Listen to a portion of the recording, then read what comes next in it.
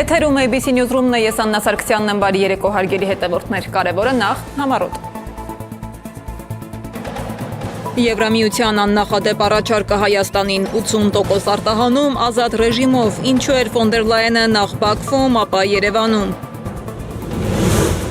Արտահերթ նիստ, արտահերթ սկանդալ, ազգային ժողովի քննարկումը ինչու վերածվեց կռվի եւ ինչու է Ալեն Սիմոնյանը հեռանում խորհրդարանից։ Դատարանի որոշումը մայրաթորի օգտին է, վճիռ է կայացվել Հովանավանքի գործով։ Ով է պատվիրել հյուսիսային հոսքի պայթեցումը, Գերմանիայի դատախազության աղմկահարույց հայտարարությունը։ Պայթյուն Դամասկոսում զոհվել է 4 մարդ, ևս 11-ը տուժել։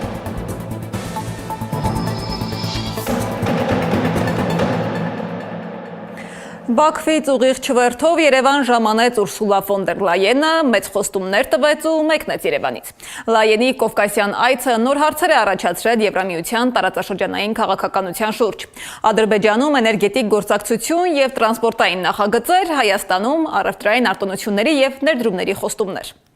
Եվրամիությունը Հայաստանին առաջարկում է վերջին տարիների ամենախոշոր առևտրային արտոնություններից մեկը։ Երևանում Նիկոլ Փաշինյանի հետ հանդիպումից հետո Եվրահանձնաժողովի նախագահը հայտարարեց, որ Բրյուսելը պատրաստվում է ազատականացնել Հայաստանից Եվրամիություն արտահանող ապրանքների մոտ 80%-ը։ Այսինքն, եթե նախաձեռնությունը ընդունվի, հայկական արտադրանքի մեծ մասը եվրոպական շուկա կմտնի առանց մաքսատուրքերի։ Ինչը ենթադրում այս առաջարկը, երբ կարող են ուժի մեջ մտնել, ինչ նպատակներով է Բրյուսելը ակտիվացնում իր ներկայությունը Հարավային Կովկասում ու ինչ հաշվարկներ են ընկած այս այցերի հիմքում, Սեդա Գյուրեխյանն է ներկայացնում։ Նախորդ այցից մեկ ամիս անց Եվրահանձնաժողովի նախագահը կրկին Հայաստանում է։ Առավոտյան 10-ին ֆոն դեր Լայենին Զվարթնոց օդանավակայանում դիմավորեց փոխվարչապետ Մհեր Գրիգորյանը։ Կառավարության շենքի մոտ էլ ծաղիկներ նվիրեց Նիկոլ Փաշինյանը։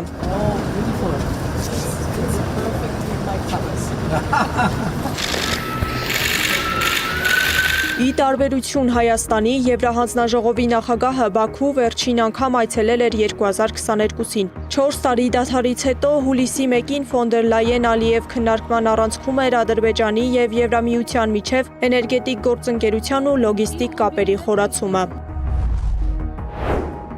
ԵՄ-ն հավատում է Հարավային Կովկասի պայծառ ապագային կապակցված խաղաղ եւ բարգավաճ։ Մենք ցանկանում ենք օգնել կառուցել այդ ապագան։ Ես այստեղ եմ նաեւ ԵՄ-Ադրբեջան գործընկերությունը խորացնելու համար։ Առևտրից մինչեւ տրանսպորտ, էներգիայից մինչեւ տնտեսություն։ Առաջինը Բաքու այցելելը պատահական չի համարում փորձագիտական շրջանակը։ Ադրբեջանը Եվրամիության առանցքային գործընկերն ու խոսակիցն է տարածաշրջանում, բայց պետք չէ մոռանալ նաև, որ ֆոն դեր Լայենի Կովկաս այցի մասին հայտարարվեց այն բանից հետո, երբ Արարատ Միրզոյանը Լյուքսեմբուրգում էր եվրոպական արտգործնախարարների հանդիպմանը։ Մեծ հավանականությամբ պաշտոնական Երևանը Եվրամիության նպատակներին խոչընդոտող հանգամանքների ու խնդիրների մասին է խոսել։ Եվ այդտեղ գուցե առաջացել է անհրաժեշտություն, որպեսզի Բրյուսելը փորձի ինչ-որ շտկումներ մտցնել Բաքվի մոտեցումներ, որպեսզի Երևանը կարողանա, այսպես ասենք, ավելի հեշտությամբ կամ ավելի հարմարավետությամբ իրականացնել այդ մտադրությունները առաջ մղելու process-ը։ Բաքվում 20 միլիոն եվրո խոստացավ ֆոն դեր Լայենը Ադրբեջանի ու Հայաստանի տեղական համայնքներին ականազերծման, առողջապահության ոլորտի, բիզնեսի զարգացման համար։ Մինչև 200 միլիոն եվրո էլ Եվրահանձնաժողովի նախագահը նախատեսեց Կովկասում տրանսպորտի, էներգետիկայի, թվային կապերի խթանման համար։ Պոտենցիալ առումով սա կարող է ներգրավել մինչև 2 միլիարդ եվրոյի պետական եւ մասնավոր ներդրումներ։ Նախագծերը կարող են ներառել օրինակ Նախիջևանի միջև երկաթուղային կապը եւ Բաքվի նավահանգստի զարգացումը։ Բաքվից հետո ֆոն դեր Լայենի հաջորդ կանգառը Երևանն էր։ Վայրեջքից հետո X-ի իր միկրոբլոգում նախագահը ողջունեց Հայաստանում ընտրության արդյունքներն ու ձևակերպեց այցի գլխավոր ուղերձը։ Հայաստանը կարող է հույս դնել Եվրամիության վրա։ Լավ է այսքան շուտ վերադառնալ Երևան։ Վերջին ընտրությունները եւս մեկ անգամ ցույց տվեցին Հայաստանի ժողովրդավարության ուժը։ Հայաստանը շարունակում է բարեփոխումների ուղին եւ մոտենում է Եվրոպային։ Մենք ձեզ հետ ենք։ Այդուհանդերձ Նիկոլ Փաշինյանի հետ ասուլիսից առաջ ֆոն դեր Լայենը հայտարարեց Ռուսաստանի կողմից հայկական շուկայում արգելափակումների ֆոնին Եվրամիությունը խթանելու է դեպի եվրոպական շուկա հայկական ապրանքների արտահանումը։ Եվրամիությունը պատրաստվում է 18 միլիոն եվրո տրամադրել Հայաստանի առևտուրը ընդլայնելու համար եւ առաջարկ ներկայացնել ինքնավար առևտրային միջոցներին, որով Հայաստանից Եվրոպա ներմուծվող ապրանքների 80%-ը կազատվեն մաքսատուրքից։ Բավականին էպեսորամանք ու ոչ շատ կոնկրետ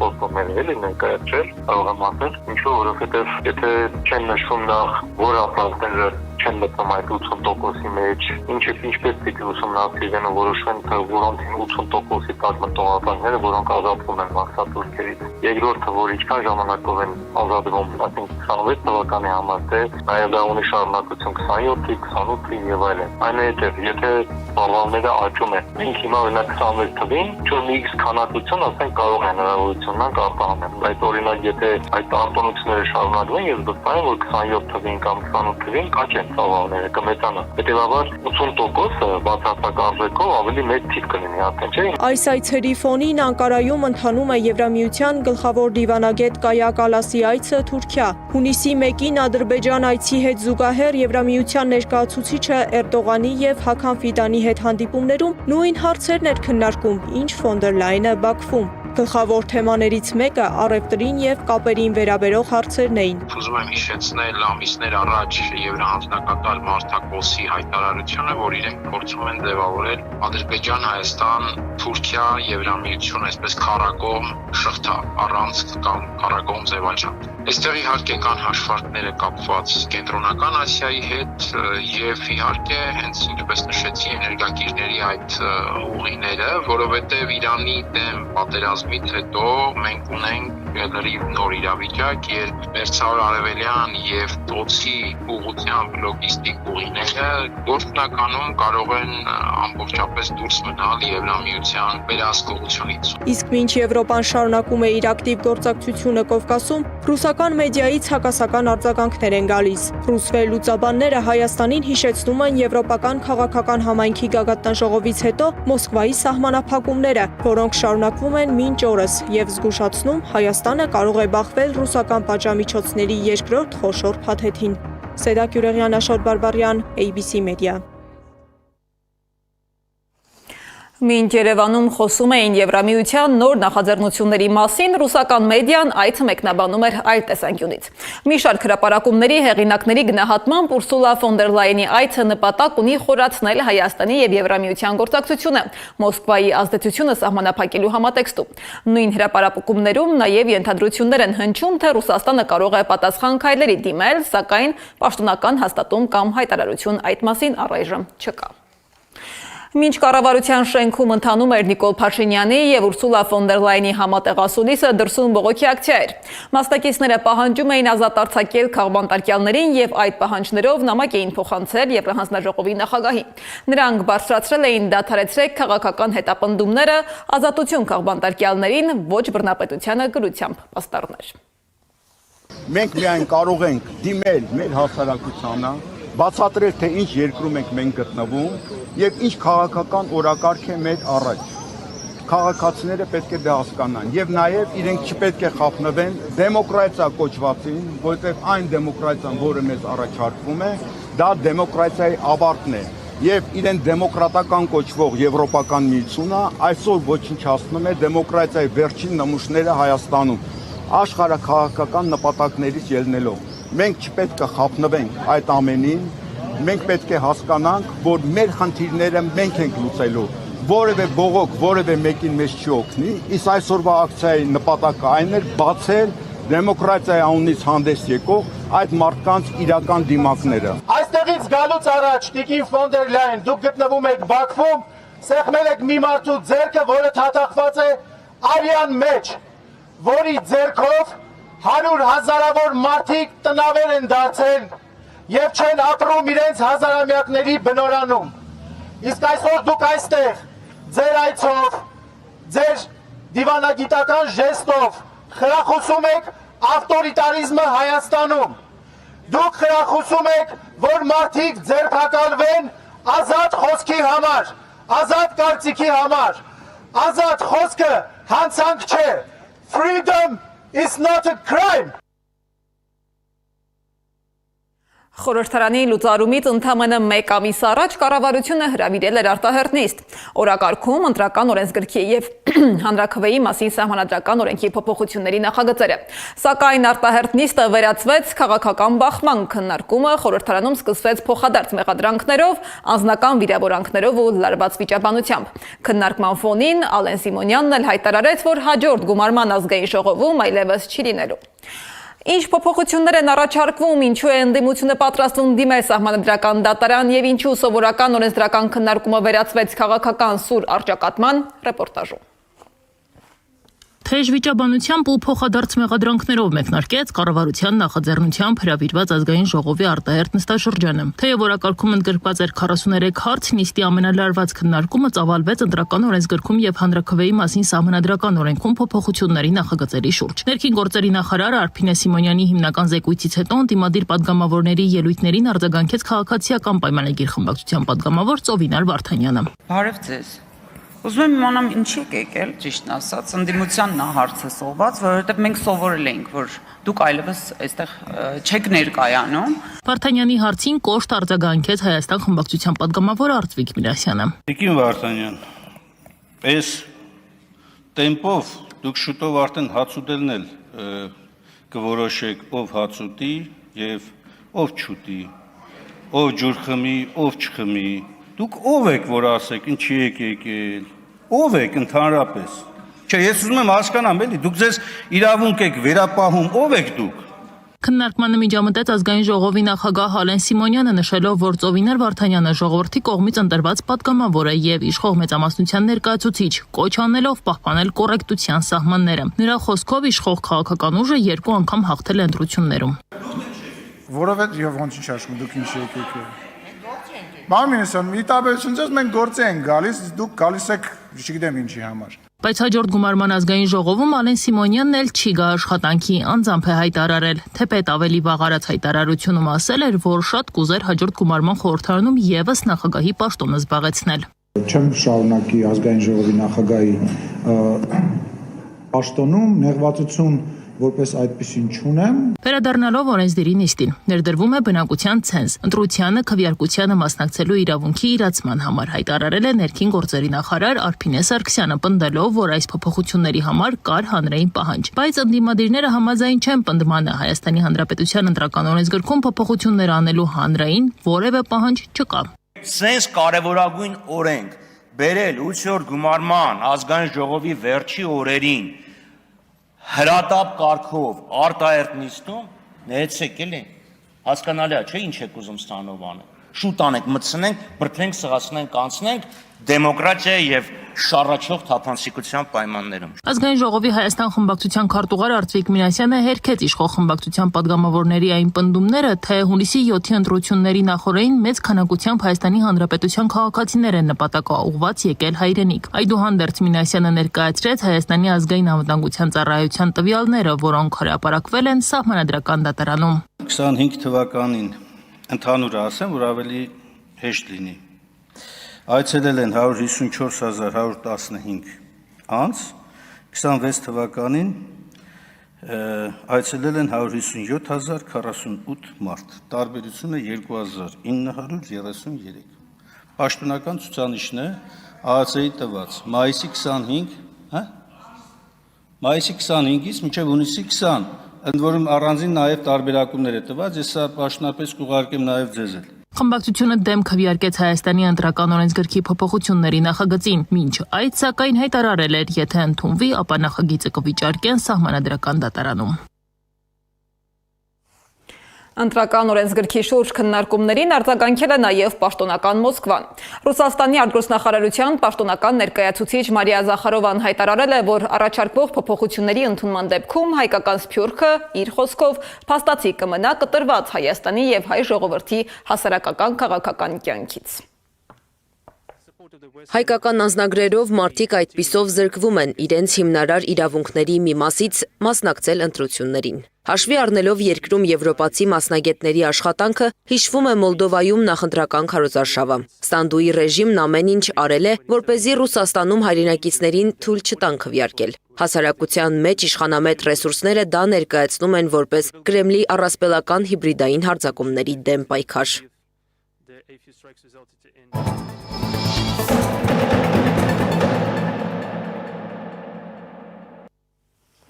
Ալեքսանդր Կոչուբաևի նկատմամբ դատարանը մեղադրական վերդիկտ է կայացրել։ Ըստ մեղադրանքի 2025 թվականի հոկտեմբերին արած գրառմամբ նա անդրադառնալով Մկրտիչ Սրբազանի կալանավորմանը վերաբերող քրեական վարույթին, քննիչների հսկող դատախազի եւ կալանավորման որոշում կայացրած դատավորի վերաբերյալ գործածել էր արտահայտություններ, որոնք մեղադրող կողմի գնահատմամբ արատավորել էին նրանց պատիվն ու արժանապատվությունը եւ վնաս պատճառել իրավունքներին ու օրինական շահերին։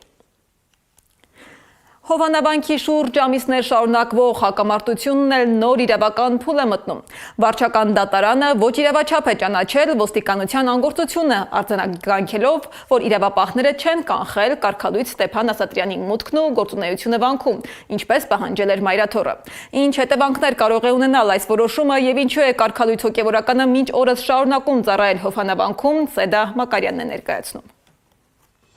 Մայրաթոռը դատարանում հաղթել է ոստիկանությանը, վարչական դատարանը ոչ իրավաչափ է ճանաչել ոստիկանության անգործությունը։ Գործը վերաբերում էր Արագածոտնի մարզի Սուրբ Հովանավանքին, որտեղ կարգալույց հռչակված Ստեփան Ասատրյանի կողմից եկեղեցու Սուրբ Խորը անավանդատուն եւ ատյան մուտք գործելու եւ ծիսական գործողություններ իրականացնելու վտանգի համար եկեղեցին նախապես դիմել էր ոստիկանությանը, պահանջելով կանխել ներխուժումը եւ իրականացնել վտարման գործողություններ։ Ոստիկանությունը սակայն չէր միջամտել, որի հետևանքով արդեն 1 տարի է Հովանավանքում հոգևոր ծառայություն է իրականացնում կարգալույց Ստեփան Ասատրյանը։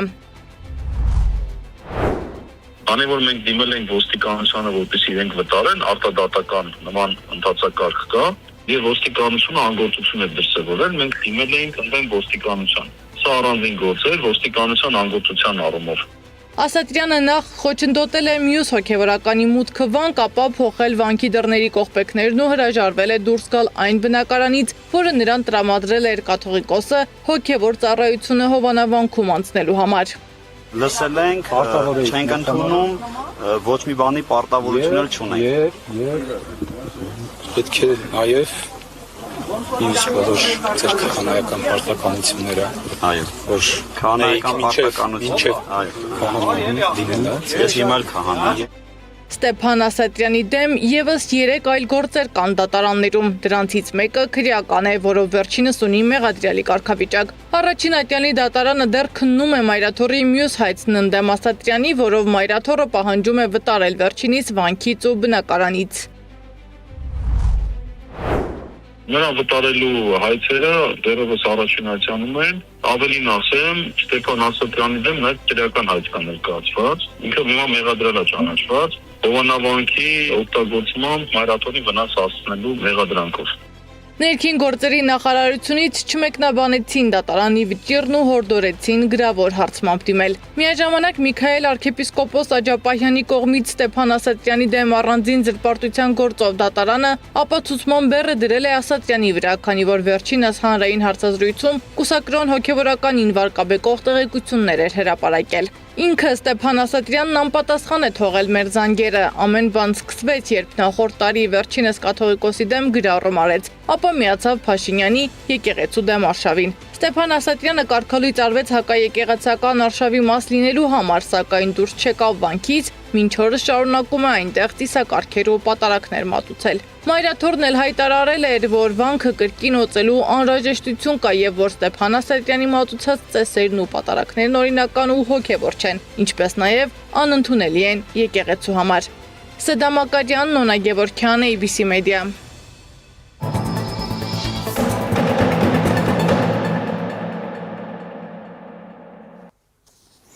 Իրանը եւ Միացյալ Նահանգները Դոհայում ավարտել են անուղղակի բանակցությունների հերթական փուլը։ Այսօր հայտարարել են միջնորդները, մանրամասնելով, որ օրակարգում են եղել բանակցությունները առաջ մղելու եւ վերջին փոխհրաձգություններից հետո լարվածությունը նվազեցնելու հնարավորությունները։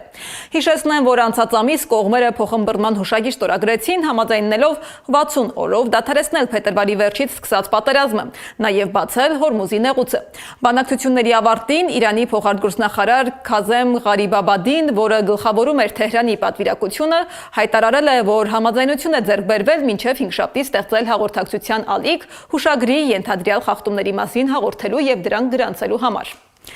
Ղարիբաբադին ասել է, որ քննարկումները նաև անդրադարձել են իրանական 6 միլիարդ դոլարի ապասառեցմանը եւ համաձայնություն է ձեռք բերվել, որ դրա մի մասը կտրամադրվի Իրանին անհրաժեշտ ապրանքները գնելու եւ մատակարարելու համար։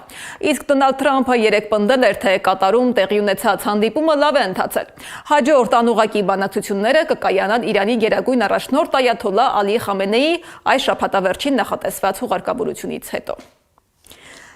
Գերմանիայի դատախազությունն էլ գտել է մեղավորներին 2022 թվականին հյուսիսային հոս գազատարի վրա կատարված զինված հարձակումը պատվիրել է Ուկրաինան, հայտարարել է Գերմանիայի դատախազությունը։ Թիրախավորման հետևանքով շարքից դուրս էին եկել Բալթիկ ծովի հատակով անցնող 4 խողովակաշարերից 3-ը, որոնցով Գերմանիան ռուսական վարելիք էր ստանում։ Ուկրաինայի կառավարությունը շարունակում է հերքել իր առնչությունը կատարվածին։ Գերմանացի դատախազների տարածած հայտարարության մեջ սակայն նշվում է, որ ռազմական հանցագործության, այդ թվում քաղաքացիական ենթակառուցվածքները թիրախ դարձնելու մեղադրանք է առաջադրվել Սերգեյ Կուզնեցովին, որը ուկրաինական բանակի սպա է եւ գործել է Ուկրաինայի պետական իշխանության հրամանով։ Ռուսաստանի Ուկրաինայի դեմ պատերազմ սկսելուց հետո Կուզնեցովը ուկրաինական բանակի այլ զինվորականների հետ մշակել է խողովակաշարերը ոչնչացնելու ծրագիր Ռուսաստանին գազային եկամուտներից զրկելու համար, պնդում են գերմանացի դատախազները։ Իսկ Դամասկոսում դատարանի շենքի մոտ պայթյուն է տեղի ունեցել այսօր, զոհվել է 4 մարդ եւս 11-ը տուժել։ Մանրամասները դեռ հայտնի չեն։